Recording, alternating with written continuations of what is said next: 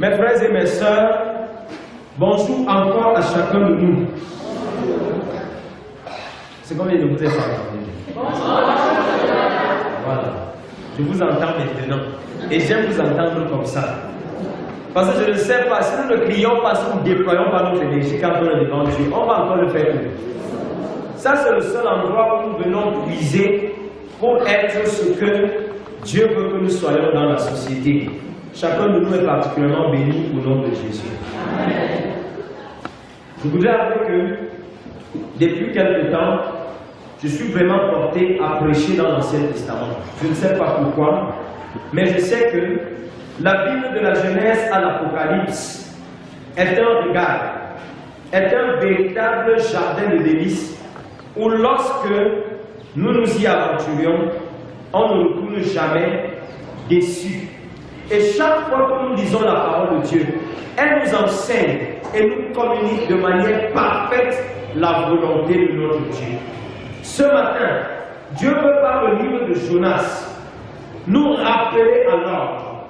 Par le livre de Jonas, nous donner le revenir à lui de tout notre cœur. Il voudrait par cette prophétie nous rappeler que lorsque notre péché a atteint son point culminant, sa colère éclate et peut se déverser sur nous. Cependant, lorsque les hommes écoutent la parole de Dieu, on a l'impression qu'ils sont des auditeurs oubliés, qui ne prennent pas garde au message d'interpellation à eux adressé par Dieu. La vie de Ninive, Dieu ne cesse de l'appeler depuis le chapitre 1, la grande ville de Ninive. Historiquement, c'était une cité grande comme nous venons de le dire, une cité économiquement prospère, une cité où les gens vivaient bien et se sentaient à l'aise, s'il faut parler comme les hommes. C'était une ville où tellement les gens s'estimaient heureux et épanouis qu'ils étaient insensibles à la voix de l'Éternel notre Dieu. Dans la ville de Ninive, la méchanceté était accrue. Les hommes n'avaient aucune considération pour leurs semblables. Les hommes n'avaient aucune considération pour ce qui est de la parole de Dieu. Et l'Éternel a crié de toute manière par les prophètes. Mais Ninive est restée jusque-là insensible. Et Dieu se rendant compte que le péché de Ninive semblable au péché de Sodome autrefois, parce que dans certains commentaires que nous lisions, on nous fait croire que le reproche que Dieu fait à Ninive est exactement le reproche qu'il a fait autrefois à Sodome et Gomorrhe. Ce qui peut nous pousser à penser que les péchés qui étaient commis à Sodome et Gomorrhe étaient les mêmes péchés qui étaient commis à Ninive. Et donc face à ce triste constat, Dieu décide de se déplacer.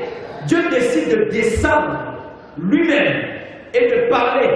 Mais contrairement à Sodome et Gomorrhe, où il est venu personnellement par les 3 anges, il a choisi de parler à Jonas.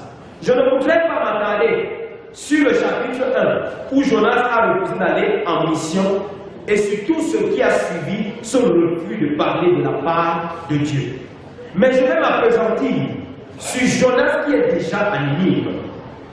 Jonas arrive à Ninive pour porter le message de l'Éternel. Ninive, je le disais déjà, c'est une ville qui était caractérisée par 3 choses: la méchanceté, l'insensibilité à la voix de Dieu et la violence sur toutes ses formes. Lorsqu'on regarde à la ville de Ninive, on a l'impression qu'on est dans les villes de notre temps.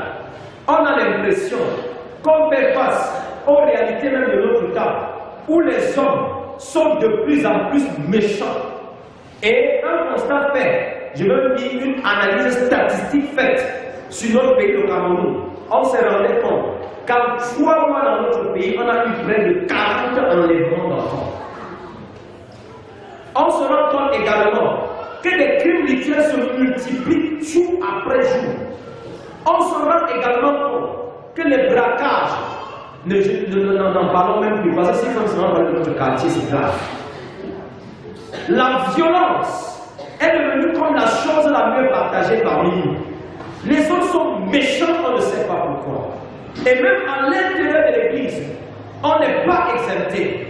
La méchanceté aussi en train de prendre le corps et de se répandre à telle enseigne qu'on a même peur lorsqu'on est les uns avec les autres.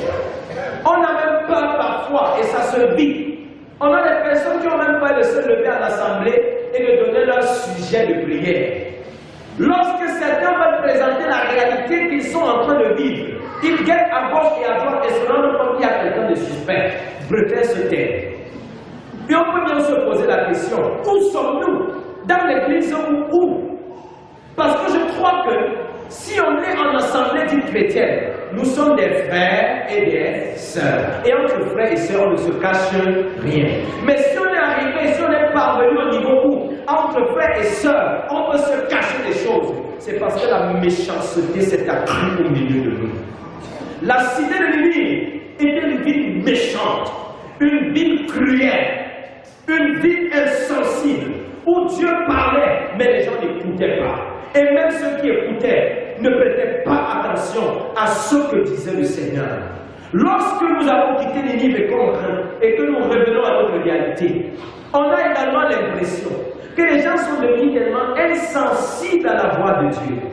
Tellement ils sont insensibles que ce que Dieu demande de ne pas faire, c'est ce qu'on fait même. Ce que Dieu interdit, c'est ce qu'on permet. Ce que Dieu défend, c'est ce que les hommes se paient le luxe de faire avec tellement de plaisir. C'est la même chose que Dieu reprochait autrefois à Ninive. Nos églises sont remplies aujourd'hui, je l'ai dit depuis un bon bout de temps, de fidèles, alors que Dieu revoit les églises remplies de disciples.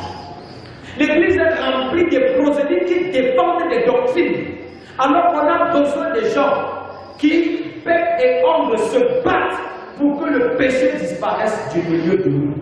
On a besoin des personnes qui s'investissent pour que l'enfer soit dépeuplé tous les jours. Mais, à voir les gens vivre, l'impression que nous avons, c'est que les gens se battent plutôt pour dépeupler le ciel et remplir l'enfer.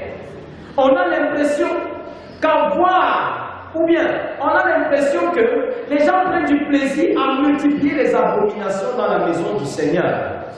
Chaque fois que l'abomination sera accrue dans l'église, chaque fois que dans nos assemblées, des choses abominables prospéreront, soyons rassurés, Dieu enverra sa parole, Dieu suscitera des hommes.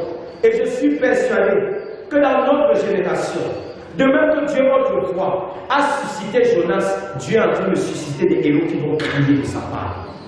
Dieu est en train de susciter des hommes et des femmes qui vont crier de sa part. Des hommes et des femmes qui vont pointer du doigt votre péché. Des hommes et des femmes qui ne vont plus vous dire que tout va bien, même lorsque tout va mal. Parce qu'on est fatigué de ces messages qu'on entend tous les jours, mais qui ne changent rien dans les vies des gens. De ces messages qu'on reçoit et qu'on acclame même souvent, mais qui ne bousculent pas les gens dans leur fort intérieur. Ce matin, Dieu vous fait encore par la parole que tu entends, te rappeler que peut-être ta vie, ta situation est comparable à celle de la cité de Ninive autrefois. L'Éternel envoie Jonas et il a un seul message à l'endroit de la ville de Ninive, c'est le message de destruction. Le message de destruction, c'est un message qui sort lorsque l'Éternel, je peux dire, a déjà tout essayé. Et ce qu'il veut essayer maintenant, c'est ce qui va vous nuire, c'est ce qui va vous mettre mal à l'aise. Dieu a décidé lui-même de détruire une ville, de détruire les hommes qu'il a créés, de détruire les hommes pour qui il a tout sacrifié, des hommes à qui il a tout donné. Et l'impression que nous avons souvent, c'est que c'est même lorsque Dieu bénit certains qui se moquent plus de lui. C'est même lorsque Dieu donne tellement aux gens qu'ils méprisent sa parole. Vous voyez les personnes à qui Dieu a accordé la grâce d'être tellement intelligents, mais elles se comportent comme si leur intelligence avait pris la place de Dieu dans leur vie. La richesse de Ninive avait pris la place de Dieu. La beauté de la ville avait pris la place de Dieu. Comme la beauté de certaines personnes est devenue leur occasion de chute. Comme l'argent de certains est devenu leur occasion de chute. Comme la connaissance de certains est devenue leur occasion de chute. Comme la position de certains est devenue leur occasion de chute. Comme les relations de certains hommes sont devenues leur occasion de chute. Mais permets-moi de te dire ce matin qu'il ne faudrait pas qu'une bénédiction que Dieu t'a accordée t'envoie en enfer. Dieu te bénit pour t'attirer, il ne te bénit pas pour te perdre. Dieu te bénit pour te gagner, il ne te bénit pas pour que l'enfer jouisse de tout ce qu'il t'a accordé. Et lorsque je finis de dire ce que je suis en train de dire, Jonas arrive dans la ville de Ninive. Il dit exactement ce que le Seigneur lui a demandé de dire. Il porte le message que l'Éternel lui donne de porter. Encore 40 jours et Ninive sera détruite. Même si c'est dans la colère que Jonas parlait, il a quand même dit. Même s'il n'était pas fier que Dieu sauve la ville de Ninive, il a quand même libéré le message. Ce qui va me marquer, que je vais partager avec vous ce matin, c'est la réaction des fils et des filles de Ninive à l'écoute de la parole de Dieu. Lorsque Jonas a prêché et que les habitants de Ninive ont écouté la parole de Dieu, voici ce qu'ils ont fait. La Bible dit que le peuple a cru en la parole de l'Éternel. La parole de Dieu nous dit dans Romains 10 au verset 17 que la foi vient de ce qu'on entend. Et ce qu'on entend vient de la parole de Christ. Les habitants de Ninive ont écouté la parole et ils ont cru. Ils ont écouté la parole, ils n'ont pas douté de la parole. Ils ont écouté la parole, ils n'ont pas méprisé la parole. Ils ont écouté la parole et ils n'ont pas dit comme certains peuvent dire en notre temps. Jonas, ce que tu dis, c'est ton discours, nous allons continuer de mener notre vie. Non. Quand ils ont reçu la parole, ils ont été touchés par la parole. Et j'ai envie de demander, de poser cette question à quelqu'un ce matin. Lorsque tu reçois la parole, lorsqu'un serviteur de Dieu proclame, est-ce que cette parole ébranle ta vie? Est-ce que cette parole touche ton cœur? Est-ce qu'après avoir écouté la parole, tu changes de mentalité et d'attitude? Sinon, comment comprendre qu'on prêche tous les jours dans l'église et que les gens continuent de multiplier péché sur péché? Et que les gens continuent d'être si méchants et pervers? Et que les gens continuent de vivre comme s'ils n'avaient pas le temps de Dieu? En Ninive, les gens ont écouté la parole. Ils n'ont pas jugé la parole, mais ils ont cru en la parole. Le roi a été touché. Et l'attitude du roi, ce sont les choses auxquelles Dieu t'invite ce matin. Quand le roi a reçu la parole, la Bible dit, le roi s'est levé de son trône. C'est-à-dire quoi? Il a compris que lui, bien qu'il soit roi, il y a un roi qui est au-dessus de lui. Je veux dire à quelqu'un, même si tu étais le roi de ta vie, il faut que tu quittes le trône. Il faut que tu quittes cette position où dans ton organe, pendant longtemps, tu as méprisé la parole de Dieu. Le roi de Ninive a quitté son trône. Il s'est dépouillé de ses vêtements royaux. L'acte du dépouillement posé par le roi traduit l'état de son cœur. Quelqu'un qui a conscience de ce qu'il a blessé Dieu. Lorsque tu as blessé le Seigneur par ta vie, il n'est pas question pour toi de persévérer dans ton égarement, mais il est question pour toi de te dépouiller devant le Seigneur. Se dépouiller, c'est dire, Seigneur, bien que je sois roi, je reconnais que j'ai péché contre toi, j'ai blessé le ciel, et j'accepte aujourd'hui de quitter mon trône et de descendre. Beaucoup de personnes sont restées sur les trônes parce qu'ils ne veulent pas se repentir et se dépouiller de leur mauvaise voie. Plusieurs fois, on a vu même les serviteurs de Dieu, à cause de la robe, excusez-moi, le vêtement que vous voyez sur nous, ce sera la raison pour laquelle plusieurs vont un jour se retrouver en enfer. Parce qu'en regardant ça, il se dit qu'il n'a plus de compte à rendre à qui que ce soit. On m'a parlé un jour d'un serviteur de Dieu, je ne sais pas si je l'appelle serviteur de Dieu, je préfère dire pasteur parce que c'est devenu une fonction. On m'a parlé d'un pasteur qui arrive dans une communauté et se met à commettre des bizarreries avec des jeunes filles. Et quand certains parents s'approchent de lui pour lui dire, mais pasteur, qu'est-ce que tu fais? Est-ce que c'est digne de toi? Il dit, même Jésus a dit, si celui d'entre vous qui n'a jamais péché lui jette la première.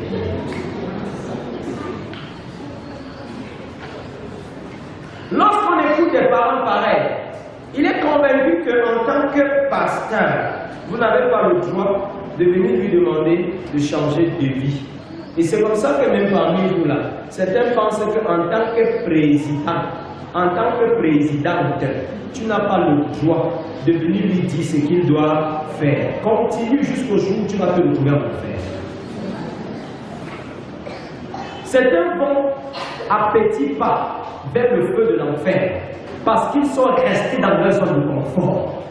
Certains vont à petits pas dans le feu de la géhenne parce qu'ils ne veulent pas que le Seigneur brise leur orgueil.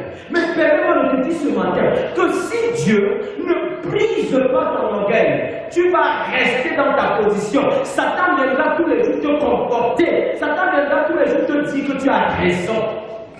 Mais que je te dise, ne permets jamais à ta raison de te dire que tu as raison. Ne permets jamais à tes émotions de te dire que tu as raison. Ne permets jamais à ta position de te dire que tu as raison. Ne permets jamais que les hommes te trompent en te faisant croire que l'égarement dans lequel tu es ce que tu es censé faire. Le roi de Ninive, quand il a entendu la parole de Dieu, il s'est levé, il a quitté son trône et il s'est débrouillé. Et voilà les deux paroles qui touchent et qui indexent ton péché. Quitte ton trône, quitte la position que tu as. Descends devant le Seigneur et dis-lui, Seigneur, j'ai péché. Le roi, quand il quitte le trône, il déchire son manteau. Chez les Juifs, le fait de déchirer son manteau, c'était un signe de ce que tu es endeuillé, de ce que tu as mal. Un roi qui déchire son manteau, c'est parce qu'il a réalisé que son peuple et lui avaient péché, avaient blessé le cœur de Dieu. Et je suis persuadé que si les rois et les chefs de notre temps avaient la mentalité du roi de Ninive, ce que nous ne sommes pas où nous sommes aujourd'hui, ce que l'Église n'est pas où elle est aujourd'hui, ce que même la nation n'est pas où elle est aujourd'hui, ce que beaucoup des structures ne sont pas là où elles sont aujourd'hui. Des gens sont en train de se détruire toujours et davantage parce qu'ils n'ont pas compris que lorsque la parole de Dieu est entrée à nos oreilles, ce n'est pas pour que nous restions dans nos positions d'autrefois, mais c'est pour qu'on change. Le roi a convoqué son peuple et il a proclamé un jeûne. Il dit pendant 3 jours, personne ne mange, personne ne boit, jusqu'aux animaux. Il dit aucun berger ne doit conduire un bœuf vers un pâturage. Nous avons tous péché. Et pourquoi nous avons péché? Parce qu'à cause de tout ce bétail qui constitue notre richesse, on a cru que l'Éternel n'avait plus de place. Le roi a accepté de sacrifier même ses richesses pour plaire au Seigneur. Je veux dire à quelqu'un, qu'est-ce que toi qui m'écoutes ce matin, tu es prêt à sacrifier pour réjouir le cœur de Dieu? Qu'est-ce que tu es prêt à perdre pour réjouir le cœur de Dieu? Le roi a sacrifié. Si pendant les jours de jeûne, un animal venait à mourir, il s'en fout. L'important, c'est que Dieu pardonne les péchés de son peuple.